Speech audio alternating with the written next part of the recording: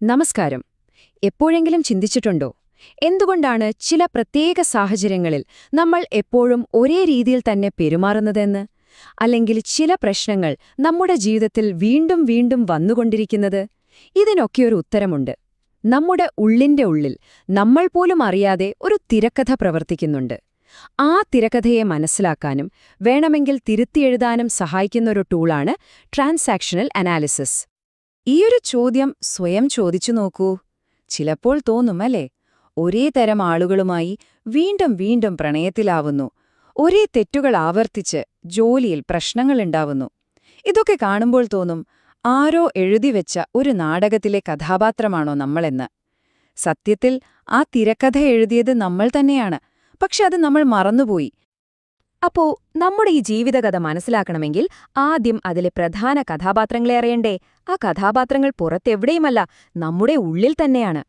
Transactional analysis പറയുന്നത് വളരെ ലളിതമായൊരു കാര്യമാണ്. നമ്മുടെ എല്ലാവരുടെയും ഉള്ളിൽ ഒരു 3 അംഗ സംഘമുണ്ട്, 3 വ്യത്യസ്ത വ്യക്തിത്വങ്ങൾ. ഈ ട്രാൻസാക്ഷണൽ അനാലിസിസ് അഥവാ TA എന്ന് പറയുന്നത് നമ്മുടെ മനസ്സിന്റെ ഒരുതരം ഓപ്പറേറ്റിംഗ് സിസ്റ്റം പോലെയാണ്. നമ്മൾ എങ്ങനെ ചിന്തിക്കുന്നു, പെരുമാറുന്നു, മറ്റുള്ളവരുമായി ഇടപഴകുന്നു എന്നതിന്റെയൊക്കെ അടിസ്ഥാന പ്രോഗ്രാം. ഈ പ്രോഗ്രാം മനസ്സിലാക്കിയാൽ നമുക്ക് നമ്മളെ തന്നെ നന്നായി മനസ്സിലാക്കാൻ പറ്റും. അപ്പോ ആരാണ് ഈ 3 പേർ? ഒന്നാമത്തേത് പാരന്റ്. നമ്മുടെ അച്ഛനമ്മമാരിൽ നിന്നോ ടീച്ചർമാരിൽ നിന്നോ നമ്മൾ പഠിച്ചുവെച്ച കാര്യങ്ങൾ പറയുന്ന ആളാണിത്. അങ്ങനെ ചെയ്യരുത്, ഇങ്ങനെ ചെയ്യണം എന്നൊക്കെ പറയുന്ന ആ ശബ്ദം. രണ്ടാമത്തേത് അഡൾട്ട്. ഇയാള് കുറച്ച് ലോജിക്കലാണ്. ഇപ്പോഴത്തെ സാഹചര്യത്തെ വിലയിരുത്തി വസ്തുതകളുടെ അടിസ്ഥാനത്തിൽ തീരുമാനമെടുക്കും. മൂന്നാമത്തെയാൾ നമ്മുടെ ഉള്ളിലെ ചൈൽഡാണ്. കുട്ടിക്കാലത്തെ പോലെ സന്തോഷിക്കുകയും സങ്കടപ്പെടുകയും ദേഷ്യപ്പെടുകയും ഒക്കെ ചെയ്യുന്ന നമ്മുടെ ഭാഗം. ഇവിടെയാണ് നമ്മളൊരു കാര്യം ശ്രദ്ധിക്കേണ്ടത്. ഇതൊന്നും വെറും മൂഡ് സ്വിങ്സ് അല്ല. നമ്മൾ പാരന്റ് മോഡിലായിരിക്കുമ്പോൾ നമ്മുടെ സംസാരവും നിൽക്കുന്ന രീതിയും ചിന്തകളും വരെ അതനുസരിച്ച് മാറും. ഓരോ നിമിഷവും നമ്മൾ അറിയാതെ തന്നെ ഈ 3 റോളുകൾ നമ്മൾ മാറി മാറി അഭിനയിച്ചുകൊണ്ടിരിക്കുകയാണ്. ശരി, നമ്മുടെ ഉള്ളിലെ ഈ 3 പേർ എങ്ങനെയാണ് പുറം ലോകവുമായി സംസാരിക്കുന്നത്? അതിനവർ ഉപയോഗിക്കുന്ന കറൻസിയാണ് സ്ട്രോക്കുകൾ. സ്ട്രോക്ക് എന്ന് കേട്ട് പേടിക്കണ്ട, ഇത് അംഗീകാരത്തിന്റെ യൂണിറ്റുകളാണ്. ഒരു പുഞ്ചിരി, ഒരു നല്ല വാക്ക്, തോളത്തൊരു തട്ട്, എന്തിന് ഒരു തുറിച്ചു നോട്ടം പോലും ഒരു സ്ട്രോക്കാണ്. ഇത് പോസിറ്റീവും നെഗറ്റീവുമാകാം. പിന്നെ കണ്ടീഷണലും അൺകണ്ടീഷണലുമുണ്ട്. നിങ്ങളൊരു ജോലി നന്നായി ചെയ്യുമ്പോൾ കൊള്ളാം എന്ന് കേൾക്കുന്നത് കണ്ടീഷണലാണ്. എന്നാൽ ഒരു കാരണവുമില്ലാതെ ഒരാൾ നിന്നെ എനിക്കിഷ്ടാണ് എന്ന് പറയുന്നത് അൺകണ്ടീഷണലാണ്. ഒന്ന് ആലോചിച്ചു നോക്കൂ, നമ്മൾ ഒരു ദിവസം എത്ര സ്ട്രോക്കുകളാണ് അങ്ങോട്ടും ഇങ്ങോട്ടും കൈമാറുന്നത്. ഏറ്റവും രസകരമായൊരു കാര്യമെന്തെന്നാൽ, ഒരു സ്ട്രോക്കും കിട്ടാതിരിക്കുന്നതിനേക്കാൾ ഭേദം ഒരു നെഗറ്റീവ് സ്ട്രോക്കെങ്കിലും കിട്ടുന്നതാണെന്ന് നമ്മുടെ മനസ്സ് ചിലപ്പോൾ തീരുമാനിക്കും. ആരും ശ്രദ്ധിക്കാതെ ഒറ്റപ്പെടുന്നതിനേക്കാൾ ഭേദം വഴക്ക് കേൾക്കുന്നതാണെന്ന് കരുതുന്ന കുട്ടികളെപ്പോലെ.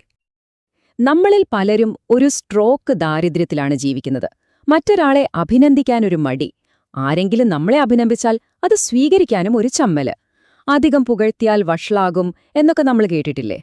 ഇതൊക്കെ നമ്മൾ സ്വയം സൃഷ്ടിക്കുന്ന ഒരു തരം ക്ഷാമമാണ്. അത് നമ്മുടെ ബന്ധങ്ങളെ വല്ലാതെ ബാധിക്കുകയും ചെയ്യും. അപ്പോൾ അടുത്ത ചോദ്യം ഇതാണ്: നമ്മൾ കൊടുക്കുകയും വാങ്ങുകയും ചെയ്യുന്ന ഈ സ്ട്രോക്കുകൾ എവിടെ നിന്നാണ് വരുന്നത്?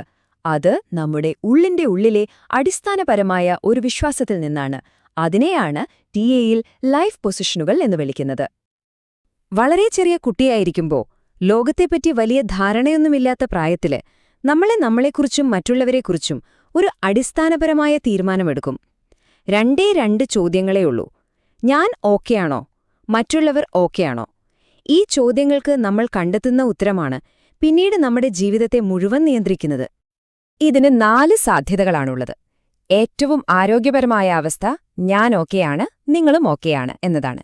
ഇവിടെ പരസ്പരം ബഹുമാനവും സഹകരണവും ഉണ്ട്. ഞാൻ ഓക്കെ, നിങ്ങൾ ഓക്കെയല്ല എന്നാണെങ്കിൽ നമ്മൾ എപ്പോഴും മറ്റുള്ളവരെ കുറ്റപ്പെടുത്തിക്കൊണ്ടിരിക്കും. ഞാൻ ഓക്കെയല്ല, നിങ്ങൾ ഓക്കെയാണ് എന്ന ചിന്ത നമ്മളെ വിഷാദത്തിലേക്ക് നയിക്കാം. 4ാമത്തത് ഞാനും ഓക്കെയല്ല, നിങ്ങളും ഓക്കെയല്ല എന്നതാണ്. ഇത് പൂർണ്ണമായ നിരാശയുടെ അവസ്ഥയാണ്. ഇതൊരു വെറും സൈക്കോളജിക്കൽ തിയറി മാത്രമല്ല കേട്ടോ. നമ്മുടെ ഈ അടിസ്ഥാന മനോഭാവം നമ്മുടെ മാനസികാരോഗ്യത്തെ മാത്രമല്ല, ശാരീരികാരോഗ്യത്തെയും ആയുസ്സിനെയും വരെ സ്വാധീനിക്കുമെന്നാണ് പഠനങ്ങൾ പറയുന്നത്. അതുകൊണ്ട് നമ്മൾ ഏത് പൊസിഷനാണ് തെരഞ്ഞെടുക്കുന്നത് എന്നത് വളരെ പ്രധാനപ്പെട്ട കാര്യമാണ്. ഇതുവരെ നമ്മൾ പറഞ്ഞ കാര്യങ്ങളെല്ലാം നമ്മുടെ ഉള്ളിലെ 3 വ്യക്തിത്വങ്ങൾ, നമ്മൾ കൈമാറുന്ന സ്ട്രോക്കുകൾ, ലോകത്തെക്കുറിച്ചുള്ള നമ്മുടെ അടിസ്ഥാന വിശ്വാസങ്ങൾ, ഇതെല്ലാം കൂടിച്ചേർന്ന ഒരു വലിയ ആശയത്തിലേക്കാണ് നമ്മൾ ഇനി പോകുന്നത്. അതാണ് ലൈഫ് സ്ക്രിപ്റ്റ്. ശരിക്കും ഒരു സിനിമയുടെ സ്ക്രിപ്റ്റ് പോലെ തന്നെ. അതിലെ ഹീറോയും വില്ലനും കഥയിലെ ട്വിസ്റ്റുകളും ക്ലൈമാക്സുമെല്ലാം നമ്മൾ പോലും അറിയാതെ നമ്മുടെ കുട്ടിക്കാലത്ത് എഴുതി വെച്ചിട്ടുണ്ട്. ഏറ്റവും വിചിത്രമായ കാര്യം എന്താണെന്ന് വെച്ചാല് ആ സ്ക്രിപ്റ്റ് ശരിയാണെന്ന് തെളിയിക്കാൻ വേണ്ടിയാണ് നമ്മൾ പിന്നീട് ജീവിക്കുന്നത്. അപ്പോ ഇതെങ്ങനെയാണ് സംഭവിക്കുന്നത്? 3 സിമ്പിൾ സ്റ്റെപ്പുകളുണ്ട്.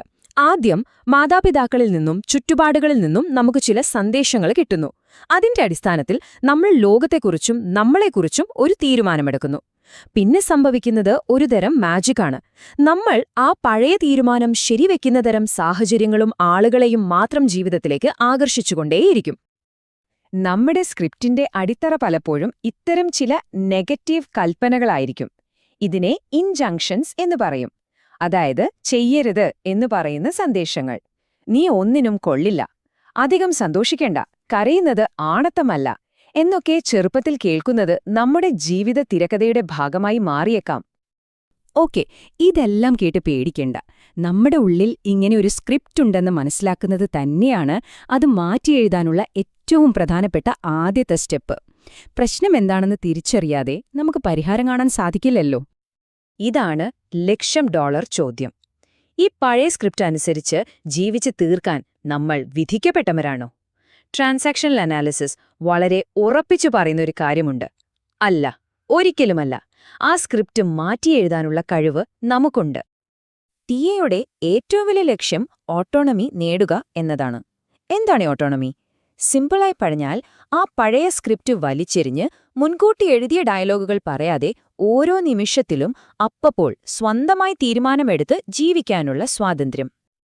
അതിന് 3 കാര്യങ്ങൾ നമ്മളെ സഹായിക്കും. 1.